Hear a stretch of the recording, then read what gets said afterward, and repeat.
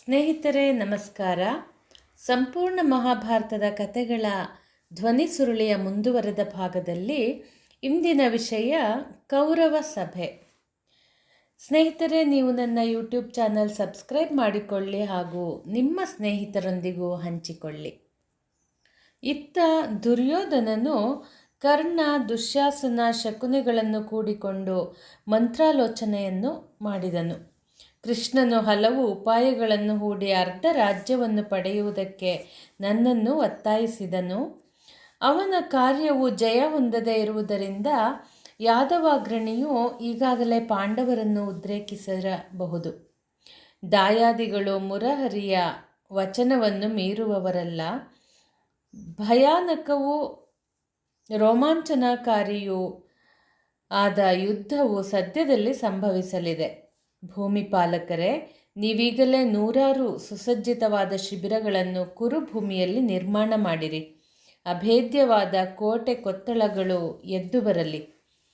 ಹಸ್ತಿನಾವತಿಯ ಧ್ವಜಗಳು ನಮ್ಮ ರಥದ ಶಿಬಿರಗಳ ಮೇಲೆ ಹಾರಾಡಲಿ. ಪೂರ್ಣಚಂದ್ರನು ಉದಯಿಸುವ ಕಾಲದಲ್ಲಿ ಅಂಬುದಿಯು ಉಕ್ಕಿ ಬರುವಂತೆ ಕುರು ನೃಪಾಲಕನ ವಚನದಂತೆ ಸೈನಿಕರು ಉತ್ಸಾಹದಿಂದ ಸುವ್ಯವಸ್ಥಿತ ಏರ್ಪಾಡುಗಳನ್ನು ಮಾಡಿದರು.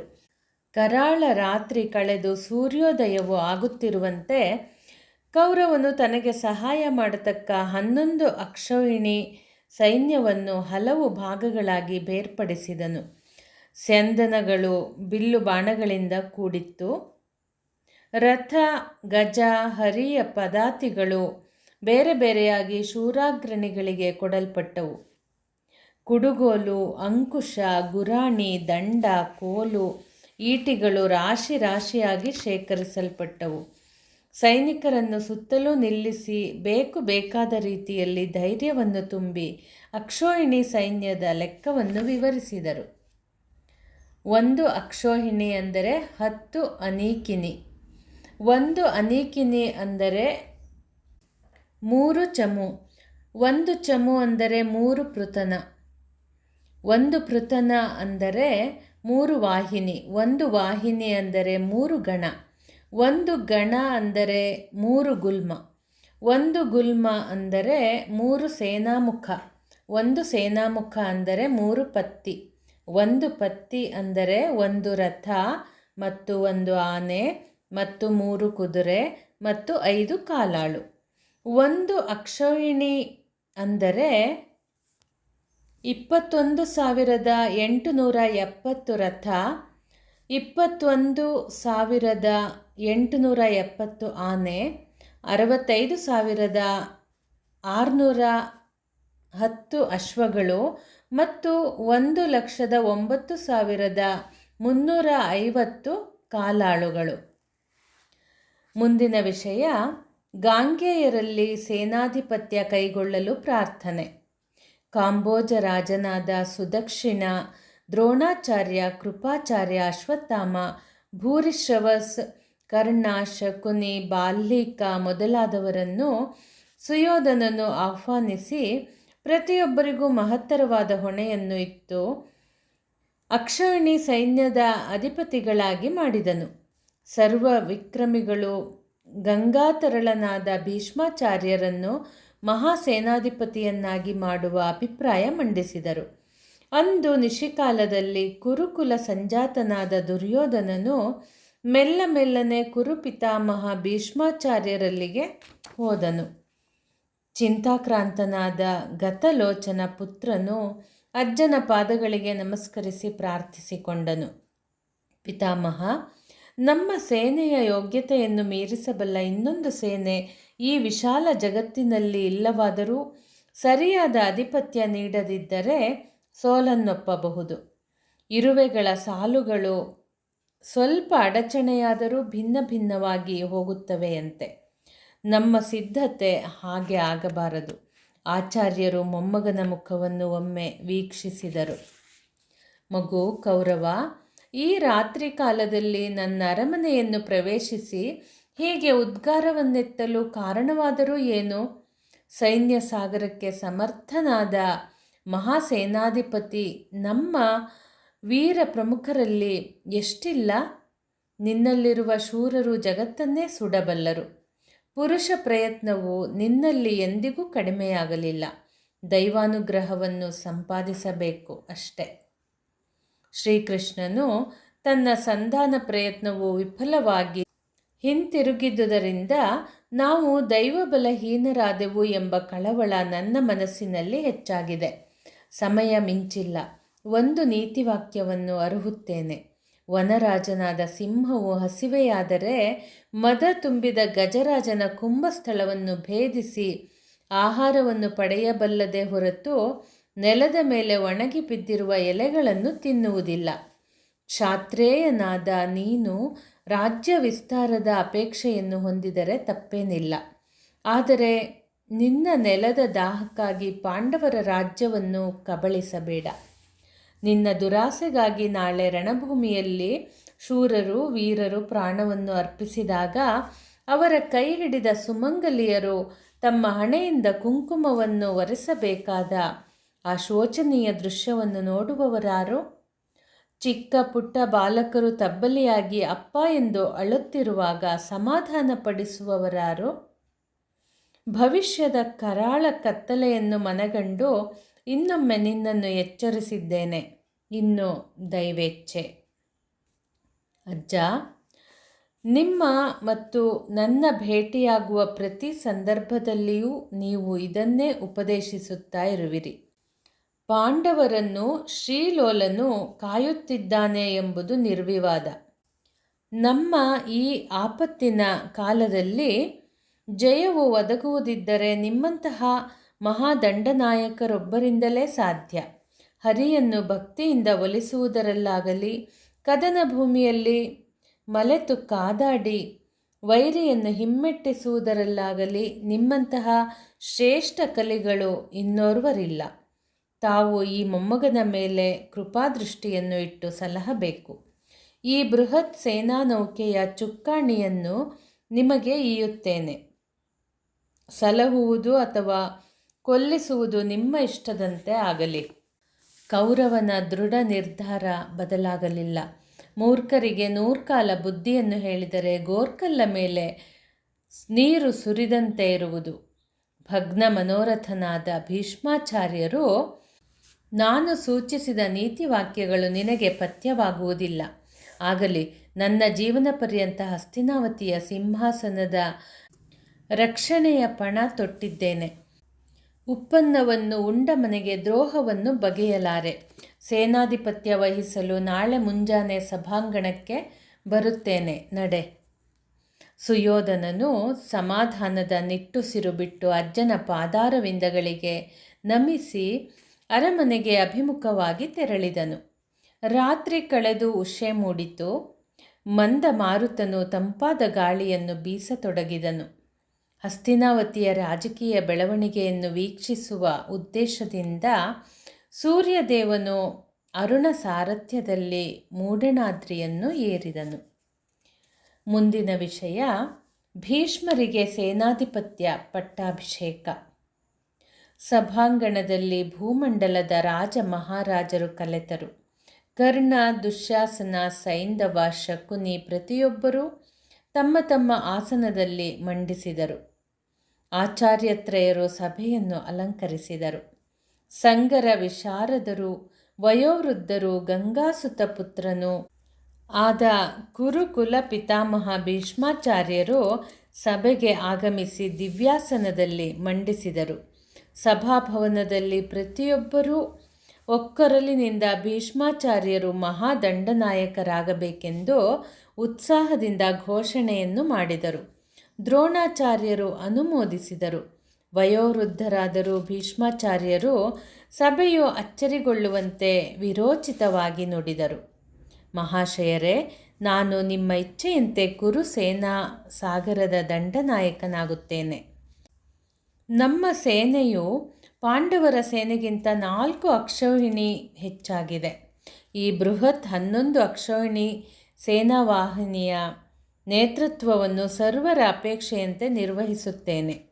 ಜನೇಶ್ವರ, ಇನ್ನು ಮುಂದೆ ಆಗಬೇಕಾಗಿರುವುದು ಏನಿದೆಯೋ ಅದನ್ನು ಕ್ಷಣವೂ ವಿಳಂಬಿಸದೆ ನಿರ್ಣಯಿಸು. ಮಂಗಳವಾದ್ಯಗಳು ಮೊಳಗಿ ಭೇರಿ ಮೃದಂಗಗಳು ಬಾರಿಸಲ್ಪಟ್ಟವು. ರಾಜ ಮಹಾರಾಜರು ಭೀಷ್ಮನಿಗೆ ಜಯವಾಗಲಿ ಎಂಬ ಜಯಕಾರವನ್ನು ಮಾಡಿದರು. ಮುಗಿಲು ಮುಟ್ಟುವ ಘೋಷಣೆಯ ನಡುವಿನಲ್ಲಿ ವಿಪ್ರರು ವೇದೋಕ್ತ ಮಂತ್ರಗಳನ್ನು ಉಚ್ಚರಿಸುತ್ತಿರುವಾಗ ಸೇನಾಧಿಪತ್ಯದ ಅಭಿಷೇಚನಗೈದರು. ಭೀಷ್ಮಾಚಾರ್ಯರು ಮೊಮ್ಮಕ್ಕಳೊಳಗೆ ಸಂಭವಿಸಬಹುದಾದ ಮಹಾಯುದ್ಧಕ್ಕೆ ಪ್ರಥಮ ಮಹಾದಂಡನಾಯಕರಾದರು. ಜನಮೇಜಯ, ದೈವೇಚ್ಛೆಯನ್ನು ಯಾರೂ ಮೀರಲಾರರು. ಸಭೆಯಲ್ಲಿ ಒಮ್ಮೆಯೇ ಸಿಡಿಲಿನಂತೆ ಗರ್ಜನೆಯಾಯಿತು. ಕರ್ಣನು ಕುಳಿತಿರುವ ಆಸನದಿಂದ ಜಗ್ಗನೆದ್ದನು. ಕುರುಭೂಪತಿ, ವಿಜಯದ ಹಂಬಲದಿಂದ ನೀನು ಮಾಡಿದ ಕಾರ್ಯವಾದರೂ ಏನು? ವೀರಾದಿವೀರರು, ಜಗದ್ವಿಖ್ಯಾತರು, ಶತ್ರುಗಳನ್ನು ನಿರ್ನಾಮ ಮಾಡಬಲ್ಲ ಮಹಾಪರಾಕ್ರಮಿಗಳು ಓಲೈಸಿರುವ ಈ ಮಹಾಸೇನೆಯ ಒಡೆತನವನ್ನು ತೊಗಲು ಸಡಿಲಿದ ಮುದುಕನಿಗೆ ಕೊಟ್ಟೆಯ? ರಣವೀರರು ಉತ್ಸಾಹದಿಂದ ಕುಣಿದು ಕುಪ್ಪಳಿಸುತ್ತಿರುವಾಗ ಈ ವೃದ್ಧ ಭೀಷ್ಮನಿಗೆ ಆಧಿಪತ್ಯ ಕೊಟ್ಟು ನಮ್ಮ ಹಗೆಯವರು ನಗುವಂತೆ ಮಾಡಿದೆ. ನಡೆಯತಕ್ಕ ಭೀಕರ ಯುದ್ಧದಲ್ಲಿ ಈ ವೃದ್ಧನು ಬಲಿಪಶು ಆಗುವ ಹಾಗೆ ಆಯಿತು. ರಾಜ, ನನ್ನ ನಿರ್ಧಾರವನ್ನು ಕೇಳು. ನಾಹಂ ಜೀವತಿ ಗಾಂಗೇಯೇ ರಜನ್ಯೋತ್ಸೆ ಕಥಂಚನ. ಗಂಗಾತನಯನು ಜೀವಿಸಿರುವ ಪರ್ಯಂತ ನಾನು ಯಾವ ಕಾರಣಕ್ಕಾದರೂ ಬಿಲ್ಲನ್ನು ಧರಿಸಿರಲಾರೆ, ಬಾಣವನ್ನು ಹೂಡಲಾರೆ. ಹೆಚ್ಚೇಕೆ ಯುದ್ಧವನ್ನೇ ತ್ಯಜಿಸಿದ್ದೇನೆ. ಸೇನಾಧಿಪತಿಯಾಗಿ ಅಭಿಷಿಕ್ತರಾದ ಭೀಷ್ಮಾಚಾರ್ಯರು ಕರ್ಣನ ಅಬ್ಬರಕ್ಕೆ ಸೊಪ್ಪು ಹಾಕಿ ಘನಗಂಭೀರವಾದ ಘೋಷಣೆಯನ್ನು ಎಲ್ಲರೂ ಆಲಿಸುವಂತೆ ಮಾಡಿದರು. ರಾಜ, ನನ್ನ ಶಪಥವನ್ನು ಕೇಳು. ಮೂಡಣಾದ್ರಿಯನ್ನು ಏರಿದ ಬಾಲಭಾಸ್ಕರನು ಪಡುಕಡಲನ್ನು ಸೇರುವುದರೊಳಗಾಗಿ ಪ್ರತಿದಿನವೂ 10,000 ಮುಕುಟವರ್ಧನರ ತಲೆಯನ್ನು ರಣದಲ್ಲಿ ಉರುಳಿಸುತ್ತೇನೆ. ಯಾವ ಕಾರಣಕ್ಕೂ ವೈರಿ ಮರ್ದನಕ್ಕಾಗಿ ಸದರ್ಶನವನ್ನು ಹಿಡಿಯಲಾರೆನೆಂದು ಜಂಬದ ವಚನಗಳನ್ನಾಡಿದ ಮುರಹರಿಯನ್ನು ಚಕ್ರ ಹಿಡಿಯುವಂತೆ ಮಾಡುತ್ತೇನೆ. ಉತ್ಸಾಹದಿಂದ ಉಕ್ಕೇರಿದ ಆ ಸಭೆಯು ಒಮ್ಮೆಗೆ ಚಕಿತಗೊಂಡಿತು. ಉಸುರಿದ ವಚನದಂತೆ ಆಚರಿಸಲು ಶಕ್ತರಾದ ಆಚಾರ್ಯರ ಪ್ರತಿಜ್ಞೆಯನ್ನು ಆಲಿಸಿ ಕುರು ನೃಪಾಲನಿಗೆ ಅಪಾರ ಸಂತಸವಾಯಿತು. ಮುಂದಿನ ವಿಷಯ ಕೌರವ ಸೇನೆಯ ಕುರುಕ್ಷೇತ್ರ ಪ್ರವೇಶ. ಕೌರವ ಸೈನ್ಯವು ಯುದ್ಧರಂಗಕ್ಕೆ ಪಯಣಿಸಿತು. ಉತ್ಸಾಹವೇ ಉತ್ಸಾಹ. ಸೈನಿಕರ ಕೋಲಾಹಲವನ್ನು ವಿವರಿಸಲ ಸಾಧ್ಯ. ಭೂಪಾಲಕರು ತಮ್ಮ ತಮ್ಮ ಸ್ಯಂದನಗಳನ್ನು ಸಜ್ಜುಗೊಳಿಸಿ ರಣರಂಗಕ್ಕೆ ನಡೆದರು. ಕೃಪ, ದ್ರೋಣ, ಶಲ್ಯ, ಜಯದ್ರಥ, ಕೃತವರ್ಮ, ಕರ್ಣ, ಭೂರಿಶ್ರವ, ಶಕುನಿ, ಬಾಲ್ಹಿಕ ಮುಂತಾದವರು ಅಕ್ಷೋಹಿಣೀಪತಿಗಳಾದರು. ಮಹಾದಂಡನಾಯಕ ಗಾಂಗೇಯರ ಭವ್ಯ ನೇತೃತ್ವದಲ್ಲಿ ಸುಯೋಧನ, ದುಶ್ಯಾಸನ ಮತ್ತು ಇನ್ನು 98 ಕುರು ಸಹೋದರರು ಯುದ್ಧ ಕಹಳೆಯನ್ನು ಮೊಳಗಿ ಯುದ್ಧ ಕ್ಷೇತ್ರವಾದ ಕುರುಭೂಮಿಯನ್ನು ಪ್ರವೇಶಿಸಿ ಪಶ್ಚಿಮಾಭಿಮುಖವಾಗಿದ್ದ ಶಿಬಿರಗಳಲ್ಲಿ ನೆರೆದರು. ದುರ್ಯೋಧನನು ಶಕುನಿಯ ಮಗನಾದ ಉಲೂಕನನ್ನು ಕರೆದನು. ಉಲೂಕ, ನೀನು ಈಗಿಂದೀಗಲೇ ಪಾಂಡವರ ಬಳಿ ತೆರಳು. ನಾವು ಯುದ್ಧ ಸನ್ನದ್ಧರಾಗಿ ಕುರುಕುಲ ಪಿತಾಮಹರಾದ ಭೀಷ್ಮಾಚಾರ್ಯರ ಮಹಾದಂಡನಾಯಕತ್ವದಲ್ಲಿ ರಣರಂಗವನ್ನು ಪ್ರವೇಶಿಸಿದ್ದೇವೆ. ಧರ್ಮಜನ ಅನುಜರು ಹಲವಾರು ಯುದ್ಧ ಪ್ರತಿಜ್ಞೆಗಳನ್ನು ಮಾಡಿದ್ದಾರೆ. ಅವುಗಳನ್ನು ಈ ರಣರಂಗದಲ್ಲಿ ಈಡೇರಿಸಲಿ. ಧರ್ಮರಾಜನು ಮಾರ್ಜಾಲ ಸನ್ಯಾಸ ವ್ರತಸ್ಥನಾಗಿರುವಂತೆ ಭಾಸವಾಗುತ್ತಿದೆ. ನೋಟಕರ ಕಣ್ಣಿಗೆ ಗಂಗಾ ತೀರದಲ್ಲಿ ತಪಸ್ಸು ಮಾಡುವ ಬೆಕ್ಕಿನಂತೆ ನಟಿಸಿ ನಿರುಪದ್ರವಿ ಇಲಿಗಳನ್ನು ಸದಾ ಭಕ್ಷಿಸುವಂತಾಗಬಾರದು ಎಂದು ಸೂಚಿಸು. ಧರ್ಮರಾಯನು ಸ್ವಯಂ ಕ್ಷತ್ರಿಯನಾಗಿ ಗುರುಗಳಾದ ದ್ರೋಣ, ಕೃಪರಿಂದ ಶಸ್ತ್ರಾಸ್ತ್ರ ವಿದ್ಯೆಯನ್ನು ಅಭ್ಯಾಸ ಮಾಡಿದ್ದರೂ ಸಿಂಹಾಸನ ಬಾಹಿರನಾದ ಕೃಷ್ಣನ ಸಹಾಯ ಪಡೆದಿರುವುದು ಅವಮಾನಕಾರಿಯಾಗಿದೆ. ಅಂತೆಯೇ ಕೃಷ್ಣನಿಗೂ ನನ್ನ ಈ ಅಭಿಪ್ರಾಯವನ್ನು ಒಯ್ಯಬೇಕಾಗಿದೆ. ಸಂಧಿಗೋಸ್ಕರ ಕುರು ಸಭಾಂಗಣವನ್ನು ಪ್ರವೇಶಿಸಿ ಯಾವ ವಿಶ್ವರೂಪ ಮಾಯಾವಿದ್ಯೆಯನ್ನು ಪ್ರದರ್ಶಿಸಿದನೋ ಅದನ್ನೇ ಕುರುಕ್ಷೇತ್ರದಲ್ಲಿ ಪ್ರದರ್ಶಿಸಲಿ. ಅವನ ಎಲ್ಲ ಕುಹಕ ವಿದ್ಯೆಯನ್ನು ಮತ್ತು ಪಾಂಡವರ ಪರಾಕ್ರಮವನ್ನು ಸಮರ್ಥವಾಗಿ ವಿರೋಧಿಸುವ ಸಲುವಾಗಿ ಭೀಷ್ಮರ ನೇತೃತ್ವದಲ್ಲಿ ರಣರಂಗವನ್ನು ಪ್ರವೇಶಿಸಿದ್ದೇನೆ. ಸಾವಿರಾರು ವಾಸುದೇವರು ಬರಲಿ, ಸಾವಿರಾರು ಪಾಂಡವರು ಮುನ್ನುಗ್ಗಲಿ. ಸಕಲರ ಹಸುವನ್ನು ನೀಗುವ ಸಂಕಲ್ಪದಿಂದ ಯುದ್ಧ ಭೂಮಿಗೆ ಕಾಲಿಟ್ಟಿದ್ದೇನೆ. ಮಂದಮತಿಯಂತೆ ರಾಜ್ಯವನ್ನು ಆಶಿಸಿರುವ ಧರ್ಮರಾಜನಿಗೆ ರಾಜ್ಯ ಪ್ರಾಪ್ತಿ ಕನಸಿನ ಗಂಟು. ಇಷ್ಟನ್ನು ಘಂಟಾಘೋಷವಾಗಿ ತಿಳಿಸಿ ಬಾ. ಉಲೂಕನು ಪಾಂಡವರ ಶಿಬಿರವನ್ನು ಸೇರಿ ದುರ್ಯೋಧನನ ನಿರ್ಣಯವನ್ನು ವಿವರಿಸಿದನು. ಪಾಂಡುನಂದನರ ಕೋಪ ನೆತ್ತಿಗೇರಿತು. ಭೂಮಿ ಕಂಪಿಸುವಂತೆ ತಮ್ಮ ತಮ್ಮ ಭಾಷೆಯಲ್ಲಿ ಅಭಿಮತವನ್ನು ಹೇಳಿದರು. ಭೀಮನು ಹೂಂಕರಿಸಿದನು. ಸರ್ವೇಷಾಂ ಧಾರ್ತರಾಷ್ಟ್ರಾಣಾಮಹಂ ಮೃತ್ಯು. ಧೃತರಾಷ್ಟ್ರನ ಎಲ್ಲ ಮಕ್ಕಳಿಗೂ ನಾನೇ ಮೃತ್ಯು. ನೆಲದ ಮೇಲಿನ ಛಲದಿಂದ ಕೌರವನು ವ್ಯರ್ಥವಾಗಿ ಮರಣವನ್ನು ಹೊಂದಿ ರಣಹದ್ದಿಗೆ ಆಹಾರವಾಗಲಿದ್ದಾನೆ. ಇದನ್ನು ನೆನಪಿನಲ್ಲಿಟ್ಟುಕೊಳ್ಳಲಿ. ಆ ಕುಹಕಿಯನ್ನು ಹಾಗೆ ಎಚ್ಚರಿಸು. ಧರ್ಮಜನು ಅಂತಿಮವಾಗಿ ತನ್ನ ಮನದ ಇಂಗಿತವನ್ನು ಅರುಹಿದನು. ನಾನು ಜ್ಞಾತಿವಧೆ ಮಾಡಲು ಬಯಸುವುದಿಲ್ಲ. ದುರ್ಯೋಧನನೊಬ್ಬನಿಂದಾಗಿ ಇವನ್ನೆಲ್ಲ ಮಾಡಬೇಕಾಗುವ ಕಾಲ ಬಂತು. ಈಗಲೂ ಕಾಲ ಮಿಂಚಿಲ್ಲ. ಅವನು ಅಪೇಕ್ಷೆ ಪಟ್ಟರೆ ಈ ಭಯಾನಕ ಸಮರವನ್ನು ತಪ್ಪಿಸಬಹುದು. ಉಲೂಕನು ಪ್ರತಿಯೊಬ್ಬ ಪಾಂಡವ ವೀರರು ಘೋಷಿಸಿದ ಧೀರವಾಣಿಗಳನ್ನು ಮೆಲುಕು ಹಾಕುತ್ತಾ ದುರ್ಯೋಧನನ ಶಿಬಿರಕ್ಕೆ ತೆರಳಿ ಯಥಾವತ್ತಾಗಿ ವರದಿಯನ್ನು ಒಪ್ಪಿಸಿದನು. 11 ಅಕ್ಷೋಹಿಣಿ ಸೈನ್ಯವು ಪಾಂಡವರೊಡನೆ ಕಾದುವುದಕ್ಕಾಗಿ ಸಿದ್ಧವಾಯಿತು. ಉತ್ಸಾಹಿ ಕೌರವ ಮಹಾಸೈನ್ಯ ಸಾಗರವು ಕೈದುಗಳನ್ನು ಧರಿಸಿ ದಂಡನಾಯಕರಾದ ಭೀಷ್ಮಾಚಾರ್ಯರ ಆಜ್ಞೆಗಾಗಿ ಕಾಯುತ್ತಿತ್ತು. ಕುರುಕುಲ ಪಿತಾಮಹನು ದುರ್ಯೋಧನನನ್ನು ಉದ್ದೇಶಿಸಿ ತನ್ನ ಚಿತ್ತದ ನಿರ್ಧಾರವನ್ನು ಪ್ರಕಟಿಸಿದನು. ರಾಜ, ನಿನ್ನ ಇಚ್ಛೆಯಂತೆ ಯುದ್ಧ ಒದಗಿ ಬಂದಿದೆ. ಕಾಲನ ಗತಿಯನ್ನು ನಿಲ್ಲಿಸಲು ಈ ಜಗತ್ತಿನಲ್ಲಿ ಯಾರಿಗೂ ಸಾಧ್ಯವಿಲ್ಲ. ನಾನು ಕೈದಣಿಯೇ ಹೊಯ್ದಾಡುವೆನು. ಪಾಂಡವ ಪಕ್ಷದಿಂದ ದೇವಕೀನಂದನನು ಬರಲಿ. ಅವನನ್ನು ರಣಾಂಗಣದಲ್ಲಿ ಸಮರ್ಥವಾಗಿ ತಡೆಯುತ್ತೇನೆ.